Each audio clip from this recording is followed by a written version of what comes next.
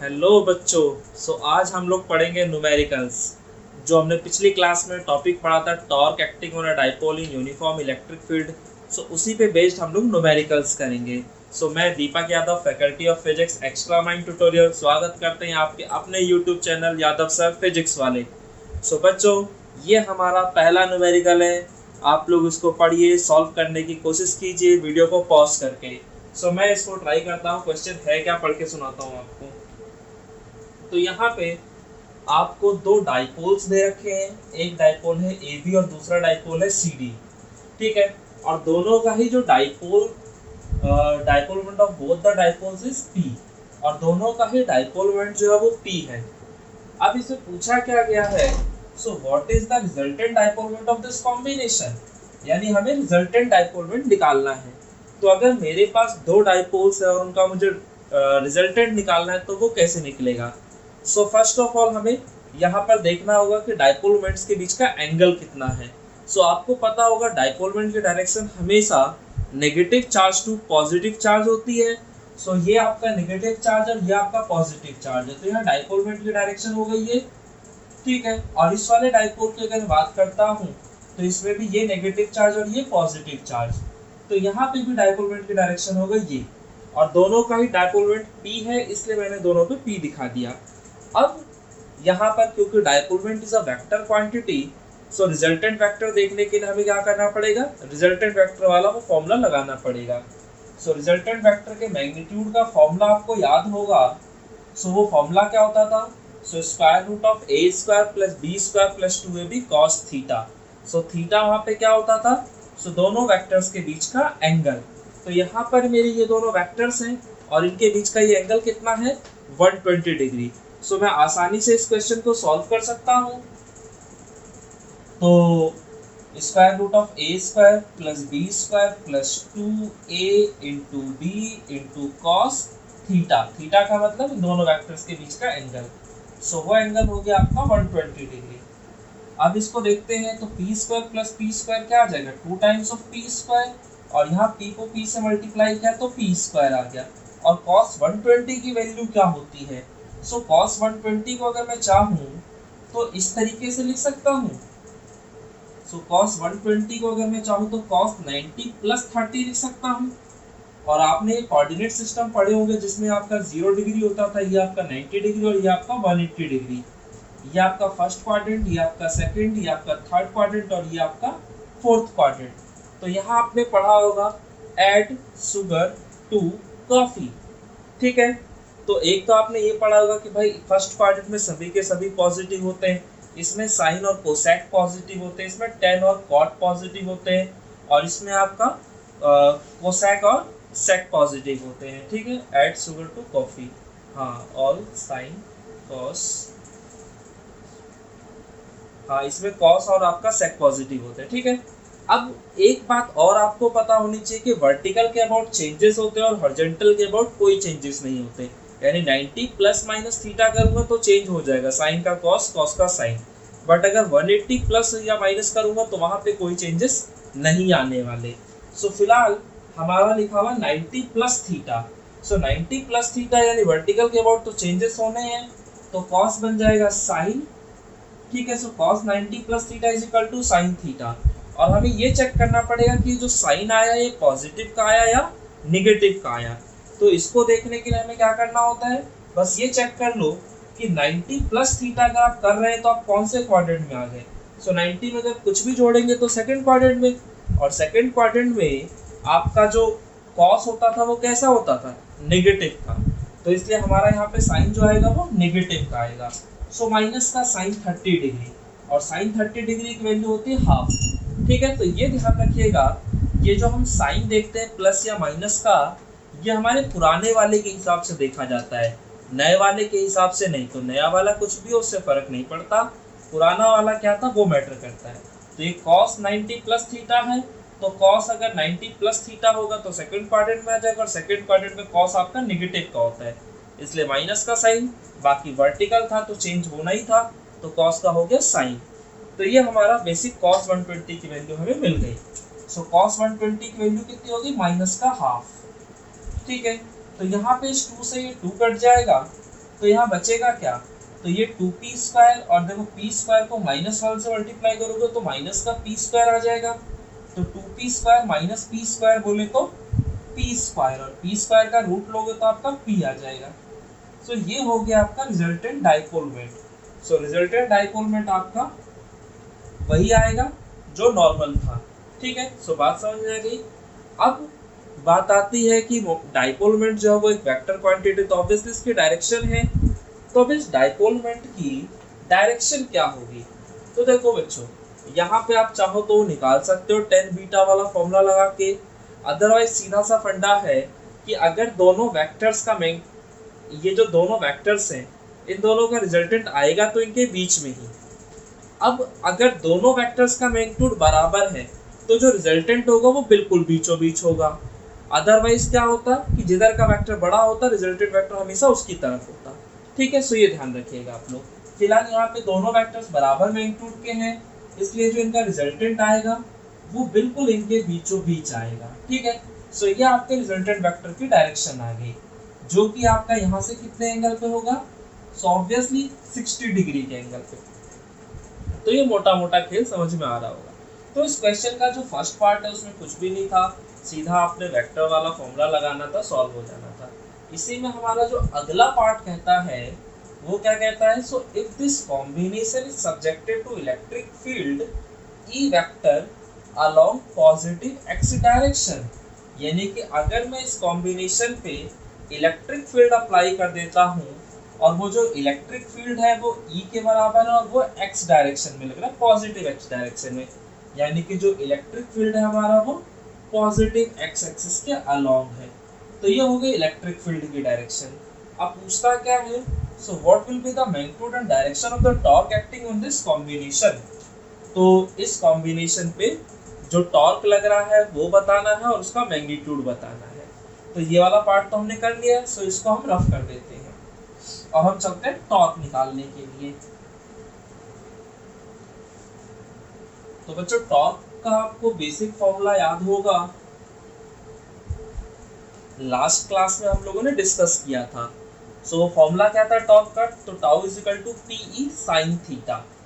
तो हमें टॉर्क का मैग्नीट्यूड निकालना, टॉर्क का डायरेक्शन निकालना है। तो टॉर्क का बेसिक फॉर्मूला था tau is equal to PE sine theta, और ये जो थीटा होता था ये क्या होता था, तो पी वेक्टर और ई वेक्टर के बीच का एंगल।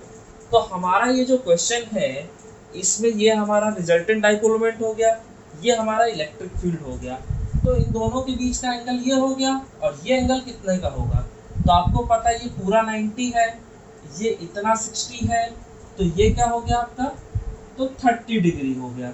तो इस तरह से मुझे रिजल्टेंट डाइपोल मोमेंट और इलेक्ट्रिक फील्ड के बीच का एंगल मिल चुका है। तो बस मेरा क्वेश्चन हो गया। तो यहाँ पे जो टॉर्क देखना था वो रिजल्टेंट डाइपोल मोमेंट और इलेक्ट्रिक फील्ड के बीच देखना था ना, तो इसलिए मैंने इसे पी आर कह दिया, और पी आर की वैल्यू अभी हमने निकाली थी वो पी के बराबर थी। सो पीई साइन थीटा की जगह आगे 30 डिग्री, सो साइन 30 की वैल्यू हो जाती है हाफ। तो यहाँ पे जो टॉर्क आया उसका मैग्नीट्यूड हो गया हाफ ऑफ पीई। ठीक है, सो ये आपको टॉर्क का मैग्नीट्यूड पता चल गया। बाकी रही बात डायरेक्शन की, तो डायरेक्शन निकालने के लिए मैंने आपको पिछली क्लास में बताया था कि अगर आपको डायरेक्शन देखना हो तो उसमें कुछ नहीं करना, बस आपने पहले वेक्टर से दूसरे वेक्टर की तरफ जाना है और ये देख लो कि आप क्लॉकवाइज घूम रहे हो कि एंटी क्लॉकवाइज घूम रहे हो। सो फिलहाल अगर इसको मैं वेक्टर फॉर्म में लिखता हूँ तो मेरा फॉर्मूला ये होता था tau vector is equal to P vector cross E vector. तो ये आपका पहला वेक्टर हो गया, ये आपका दूसरा वेक्टर हो गया, और इन दोनों का प्रोडक्ट करने पर ये वेक्टर आया तो ये आपका तीसरा वेक्टर हो गया। ठीक है, तो हमेशा क्या करना होता है, बस पहले से दूसरे की तरफ जाना होता है, यानी P से E की तरफ जाना है। तो ये है आपका P और ये है आपका E। तो अगर आप P से E की तरफ जाएंगे तो आप कैसे घूमेंगे, क्लॉकवाइज, और अगर आप क्लॉकवाइज घूमते तो क्या होता है, क्लोज। पिछली क्लास में बताया था कि अगर हम क्लॉकवाइज घूमते हैं तो क्लोज होता है, एंटी क्लॉकवाइज घूमते हैं तो ओपन होता है। और उसका एग्जाम्पल के तौर पे मैंने आपको वाटर बॉटल दिखाई थी। मैंने कहा था कि अगर हम बॉटल के ढक्कन को एंटी क्लॉकवाइज घुमाएंगे तो क्या होगा, ढक्कन खुल जाएगा, यानी कि ऊपर की तरफ जाएगा। और अगर मैं क्लॉकवाइज घुमाऊंगा तो क्लोज हो जाएगा, यानी ढक्कन नीचे की तरफ चला जाएगा। ठीक है, तो जो काम ऐसे हो रहा वही काम इस वाले प्लेन पे भी हम कर सकते हैं। तो अगर यहाँ पे ये जो डायरेक्शन है ये कैसा आ रहा है, क्लॉकवाइज, तो अगर आप क्लॉकवाइज घुमाएंगे तो आपका क्लोज होगा, यानी कि अंदर की तरफ जाएगा। तो यहाँ पर फिलहाल जो टॉर्क की डायरेक्शन है वो क्या है आपका, सो इनवर्ड है। तो मैं यहाँ सिंपली लिख सकता हूँ कि द डायरेक्शन ऑफ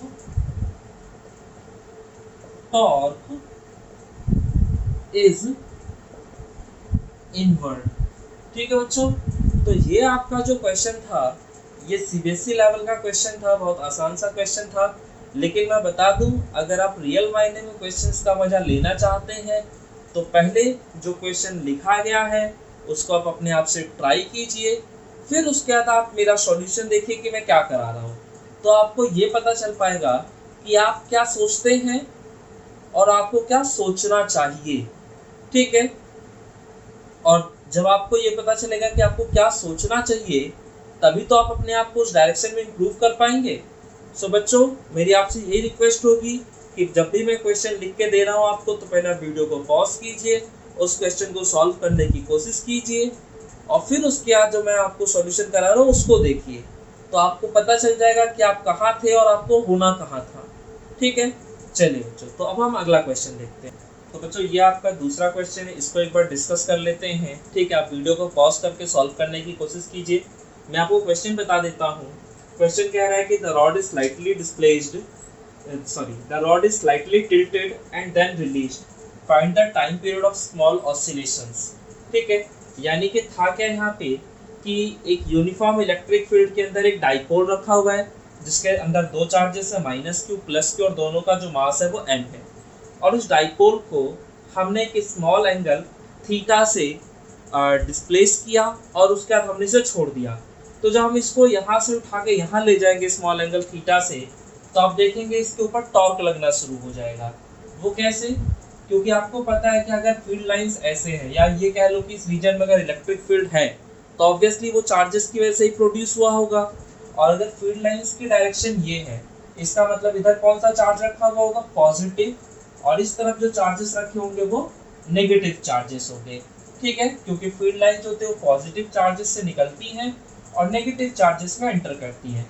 तो यहाँ पे ये जो माइनस का क्यू चार्ज और ये जो यहाँ प्लस का क्यू चार्ज है, तो ये माइनस का क्यू जो है इस पॉजिटिव वाले की तरफ अट्रैक्ट हो रहा होगा और ये पॉजिटिव का क्यू जो है वो इस नेगेटिव की तरफ अट्रैक्ट हो रहा होगा।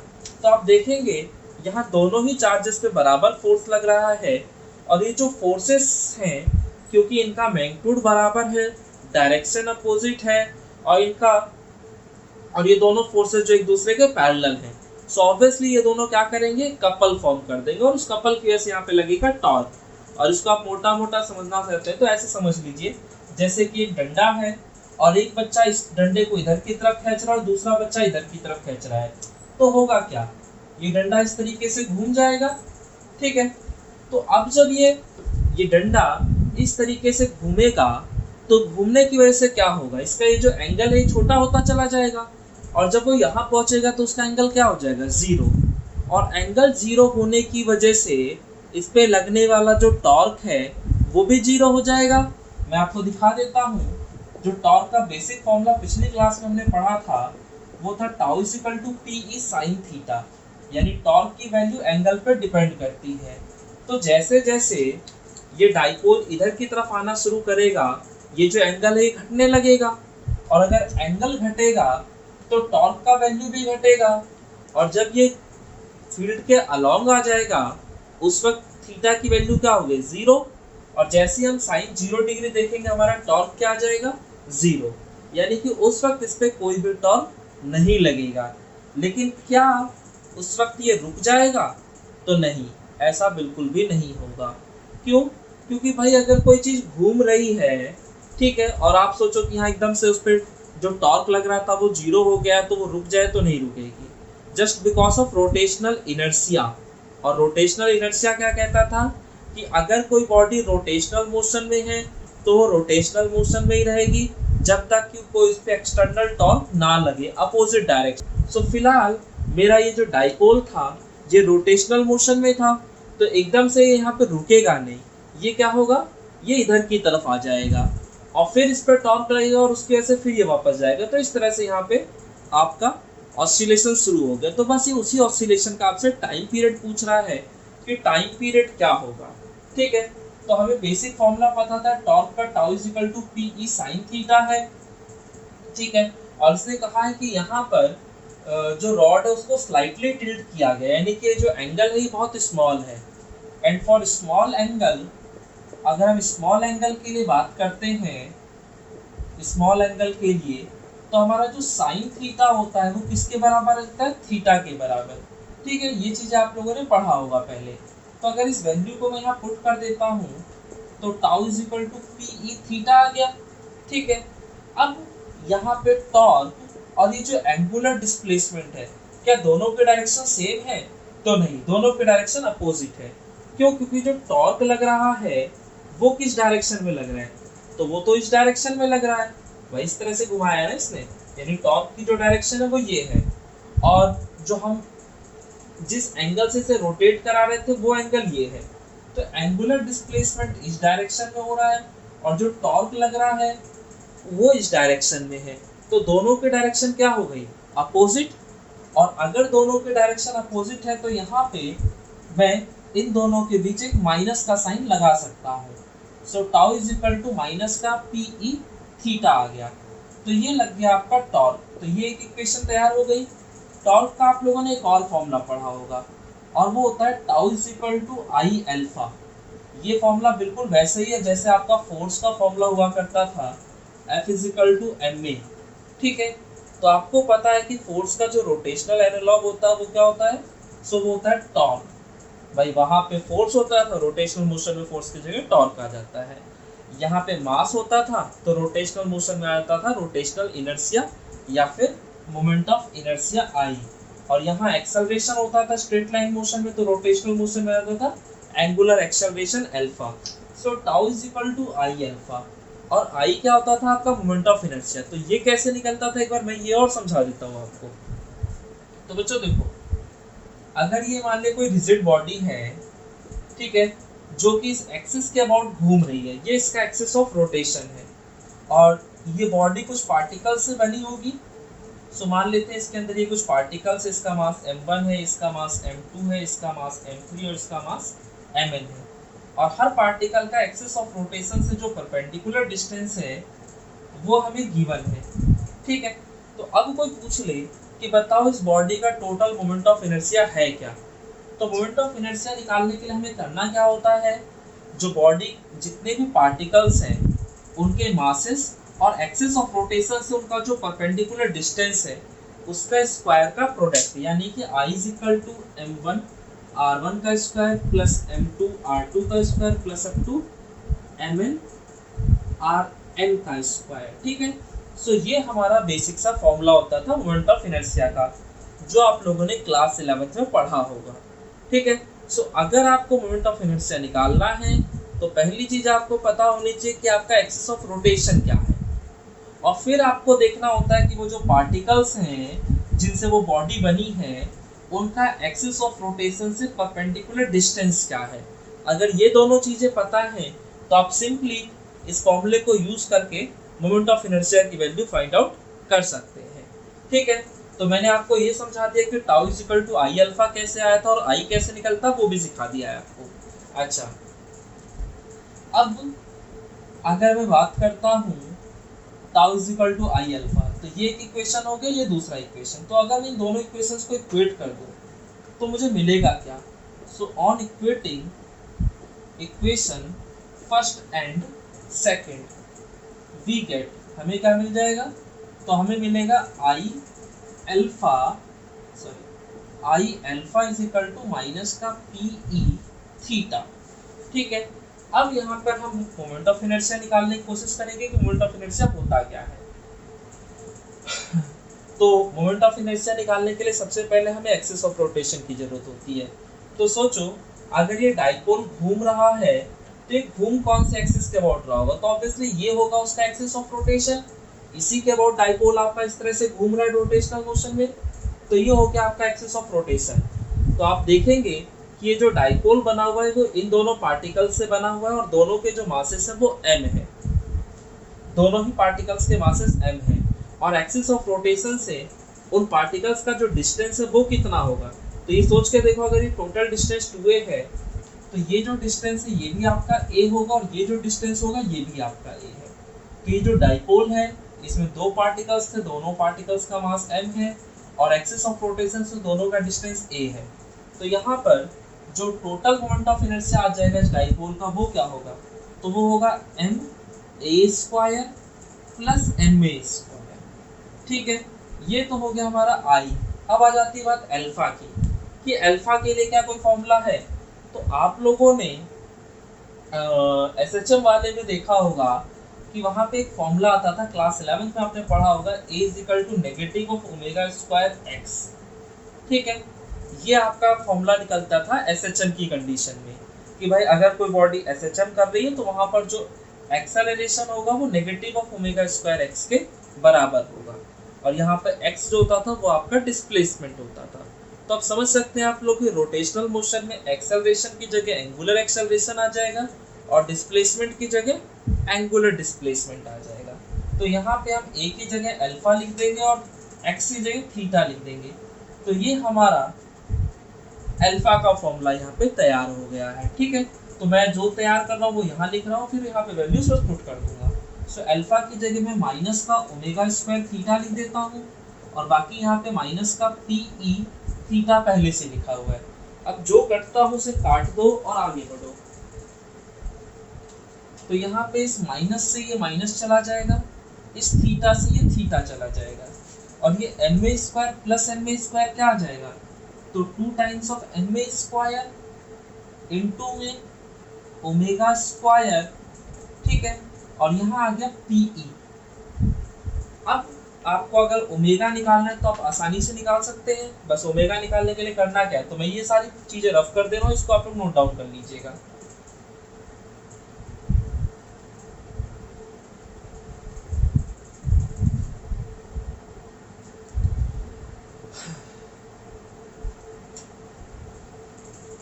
तो इसी को आगे बढ़ा रहे हैं, तो 2ma² इनटू में ये जो ओमेगा है, ओमेगा की जगह हम लोग क्या लिख सकते हैं, 2π/T। तो ये सब क्लास 11th में आप लोगों ने पढ़ रखा है, तो मैं डायरेक्टली वो फॉर्मूले यूज कर रहा हूँ। तो ओमेगा जो होता था वो 2π/T के बराबर होता था। ओमेगा मतलब एंगुलर फ्रीक्वेंसी, तो एंगुलर फ्रीक्वेंसी बोले तो 2πf। भाई ये एंगुलर फ्रीक्वेंसी, ये लीनियर फ्रीक्वेंसी, और दोनों के बीच रिलेशन होता था 2π से मल्टीप्लाई। और फ्रीक्वेंसी f की जगह में 1/T लिख सकता हूँ, टाइम पीरियड। तो ये फॉर्मूला कैसे आया है वो आपको समझ में आ गया होगा। सो ओमेगा क्या होता है, 2π/T। तो बस इसी चीज को मैंने यहाँ पर यूज कर लिया है। तो ओमेगा की जगह 2π/T आ गया और यहाँ पे लिखा था PE।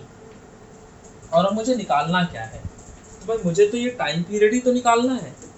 तो इस टाइम पीरियड को मैं इधर ले जाता हूँ और इस PE को इधर भेज देता हूँ। ठीक है, और इसको रफ कर देता हूँ। तो 2ma² और 2π का स्क्वायर करोगे तो 4π² आ जाएगा, और t का स्क्वायर हो गया इधर, और इधर हो गया PE। तो ये जो t² है मैं इसको इधर भेज देता हूँ। सो t² आ जाएगा तो 2ma² इनटू में 4π², और ये PE जो है ये नीचे आ गया है तो बटे में PE। अब ये तो t का स्क्वायर, मुझे तो t चाहिए ना, और इसको स्क्वायर में हटा दूंगा तो इधर आ जाएगा रूट। अब आपको पता है जिसका कॉम्बिनेशन बन रहा है उसको बाहर निकाल दो। तो ये जो 4π² है तो 2π का स्क्वायर है, और यहाँ a का भी स्क्वायर बन रहा है, तो ये सब बाहर चला जाएगा। ठीक है, तो a आ गया बाहर और यहाँ से 2π बाहर आ जाएगा। तो इसे मैं 2πa लिख देता हूँ, और इधर क्या बन जाता है, ये m बचेगा यहाँ पे, और 2 बच गया, और बचा यहाँ पे PE। तो ये हमारा टाइम पीरियड का बेसिक सा फॉर्मूला तैयार हो गया। ठीक है, तो ये आपको कंसेप्ट समझ में आया होगा ये मैंने कैसे किया है। तो बहुत आसान सा था फंडा, बस आपको ये बोला गया था कि ये आपका यूनिफॉर्म इलेक्ट्रिक फील्ड है, इसके अंदर एक डाइपोल रखा हुआ है, और उस डाइपोल को बहुत स्मॉल एंगल से मैंने टिल्ट किया और उसके छोड़ दिया। तो जब जैसे ही मैं इसको छोड़ूंगा ये डाइपोल जो होगा ये SHM करने लगेगा, तो बस उसी एसएचएम का मुझसे टाइम पीरियड पूछा गया है। तो मैंने देखा कि भाई ये जो इधर छोड़ने के बाद ये जो घूम के इधर आया वो आया किसकी वजह से, टॉर्क की वजह से। तो मेरा टॉर्क का बेसिक फॉर्मूला था tau is equal to P sine theta. बाकी एंगल मेरा स्मॉल है, आपको गिवन है ऑलरेडी कि स्मॉल एंगल से टिल्ट किया गया है, तो साइन थीटा थीटा के बराबर हो गया, so tau is equal to P E theta था। ठीक है, और यहाँ पे मैंने डायरेक्शन देखी कि भाई जो टॉर्क लग रहा है वो किधर लग रहा है और एंगुलर डिस्प्लेसमेंट किधर हो रहा है। तो पता चला कि भाई दोनों की जो डायरेक्शन है वो अपोजिट है। एंगुलर डिस्प्लेसमेंट हमारा इधर की तरफ है और टॉर्क इधर की तरफ है, तो दोनों की डायरेक्शन अपोजिट है, इसलिए हमने यहाँ पर क्या किया, एक माइनस का साइन लगा दिया। तो एक तो टॉर्क मेरा यहाँ से निकल गया, दूसरा टॉर्क का मेरा ये फॉर्मूला होता था tau is equal to I alpha. बस दोनों इक्वेशंस को इक्वेट करो, ठीक है, और जो जो चीजें हैं वो वैल्यू पुट करते हैं। जैसे मोमेंट ऑफ इनर्शिया, तो भाई वो क्या होगा, तो एक्सिस ऑफ रोटेशन ये था, इसी एक्सिस के अबाउट जो थी बॉडी आपकी घूम रही थी पूरी पूरी, तो जिसके अबाउट घूमेगी वो आपका एक्सिस ऑफ रोटेशन हो गया। तो यहाँ से दोनों पार्टिकल्स का डिस्टेंस देखा, उसका यहाँ से ये मोमेंट ऑफ इनर्शिया निकाल दिया। अल्फा जो था इसके बराबर होता था पी ई थीटा, सॉल्व किया, जो आ गया बस एक चीज यहाँ पे ओमेगा की वैल्यू डाल दी है 2 पाई बाय कैपिटल टी, ठीक है, और उसको सॉल्व किया, अपने आप आपका टाइम पीरियड निकल के आ गया। सो बच्चों ये आपका क्वेश्चन था टाइम पीरियड को लेकर। सो बच्चों अब हमारा तीसरा क्वेश्चन देखते हैं हम लोग। वैसे ही बिल्कुल मिलता जुलता क्वेश्चन है, यहाँ भी सेम कहानी है कि आपका ये यूनिफॉर्म इलेक्ट्रिक फील्ड है और उस इलेक्ट्रिक फील्ड के अंदर कोई डाइपोल रखा हुआ था। मान लेते ये आपका एक डाइपोल था जिसमें ये माइनस का क्यू, ये आपका प्लस का क्यू चार्ज था, ठीक है। दोनों के बीच का जो गैप है वो आपका 2a है, और इस डाइपोल को भी हमने स्मॉल एंगल थीटा से मूव कराया, ठीक है, और पूछा जा रहा है कि बताइए वहाँ पे एंगुलर एक्सेलरेशन क्या होगा। तो अगर इस डाइपोल को मैंने एक स्मॉल एंगल थीटा से डिस्प्लेस कर दिया है, तो ये जो चार्ज माइनस का क्यू था वो यहाँ आ जाएगा और ये जो प्लस का क्यू था वो यहाँ पहुँच जाएगा, ठीक है। अब इन दोनों ही चार्जेस पे फोर्स लगने लगेगा फील्ड की वजह से, और फील्ड लाइंस की डायरेक्शन अगर इधर की तरफ है, इसका सीधा सा मतलब है कि यहाँ पे आपका पॉजिटिव चार्ज और यहाँ पे आपका नेगेटिव चार्ज है। तो ये जो पॉजिटिव चार्ज है वो इस नेगेटिव चार्ज को अपनी तरफ अट्रैक्ट कर रहा होगा, और ये जो नेगेटिव चार्ज है वो इस पॉजिटिव चार्ज को अपनी तरफ अट्रैक्ट कर रहा होगा।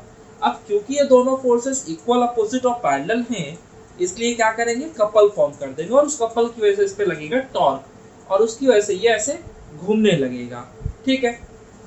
तो ये इस तरीके से आपका घूमना शुरू कर देगा टॉर्क की वजह से, जो इस पर टॉर्क लग रहा था। अब बस पूछा ये जा रहा है कि बताइए इसमें जो एंगुलर एक्सेलरेशन होगा वो कितना होगा, यानी कि हमसे पूछा गया find the angular acceleration, find the angular acceleration. तो हमें एंगुलर एक्सेलरेशन बस इसका बताना है कि होगा क्या। तो आपको पता है कि इसमें यहाँ पे टॉर्क लगा है, so tau is equal to क्या होता है आपका पी ई साइन थीटा, ठीक है। आपका एक तो टॉर्क का ये फॉर्मूला था, दूसरा फॉर्मूला था tau is equal to I alpha, ठीक है। हमें निकालना क्या, हमें तो अल्फा निकालना है, so alpha is equal to क्या हो जाएगा, टाउ बटे में आई। तो टाउ की ये जो वैल्यू थी वो मैं यहाँ से पुट कर सकता हूँ इजीली। तो मेरा टॉर्क क्या होता है, तो वो होता है पी ई साइन थीटा, और आई जो है मेरा मोमेंट ऑफ इनर्शिया। तो अभी मैंने मोमेंट ऑफ इनर्शिया निकालना आपको सिखाया था। तो अगर ये बॉडी इस तरीके से घूम रही है तो ये इसका एक्सिस ऑफ रोटेशन हो गया, ठीक है। तो एक्सिस ऑफ रोटेशन से जो डिस्टेंस होगा ये कितना होगा, तो अगर पूरा डिस्टेंस 2a है तो ये इधर का डिस्टेंस a और इधर का भी डिस्टेंस a हो गया। तो मोमेंट ऑफ इनर्शिया होगा क्या, इन दोनों ही चार्जेस का मास आपको दे रखा है ऑलरेडी कि भाई दोनों चार्जेस का मास जो बराबर है, यानी कि m है। तो I is equal to ma square plus का ma स्क्वायर, ठीक है। तो ये हो गया पी ई साइन थीटा बटे में ma square plus ma square, यानी कि 2 टाइम्स ऑफ ma स्क्वायर। तो ये इस तरीके से आपने एंगुलर एक्सेलरेशन इसका निकाल दिया। सो बच्चों आपको क्वेश्चन समझ में आया होगा, बहुत आसान सा क्वेश्चन था कि आपने इस डाइपोल को जो कि फील्ड के अलोंग रखा था उसे आपने थीटा एंगल से मूव कराया और उसके बाद इसे छोड़ दिया, और पूछा गया कि बस आप उसी टाइम पे बता दीजिए कि इसमें एंगुलर एक्सेलरेशन कितना होगा। तो बस हमें कोई ऐसा फॉर्मूला ढूंढना था जिसमें एंगुलर एक्सेलरेशन आता हो। सो वो फॉर्मूला यही था, tau is equal to I alpha. Alpha निकालना है तो आई को नीचे भेज दो, तो alpha is equal to tau बटे में आई आ गया। अब टॉर्क मुझे पता है क्या होता है, PE sin थीटा, ठीक है। आई क्या होता है, तो ma² प्लस ma², और इसको सॉल्व किया तो ये हमारा एंगुलर एक्सेलरेशन निकल के आ गया। सो बच्चों, आई होप कि आपको ये वीडियो समझ में आई होगी। तो जितने भी हमने क्वेश्चंस किए इससे और ज़्यादा क्वेश्चन आप कर सकते हैं, ठीक है। सो अगर आप लोग को ये वीडियो अच्छी लगी हो, टॉपिक समझ में आया हो, तो प्लीज़ आप इस चैनल को सब्सक्राइब करें, लाइक करें। अगर आपको कोई डाउट है तो आप इसे कमेंट में मुझसे पूछ सकते हैं। सो बच्चों, अगली क्लास में मिलेंगे हम लोग नेक्स्ट वीडियो के साथ। चलिए, ओके।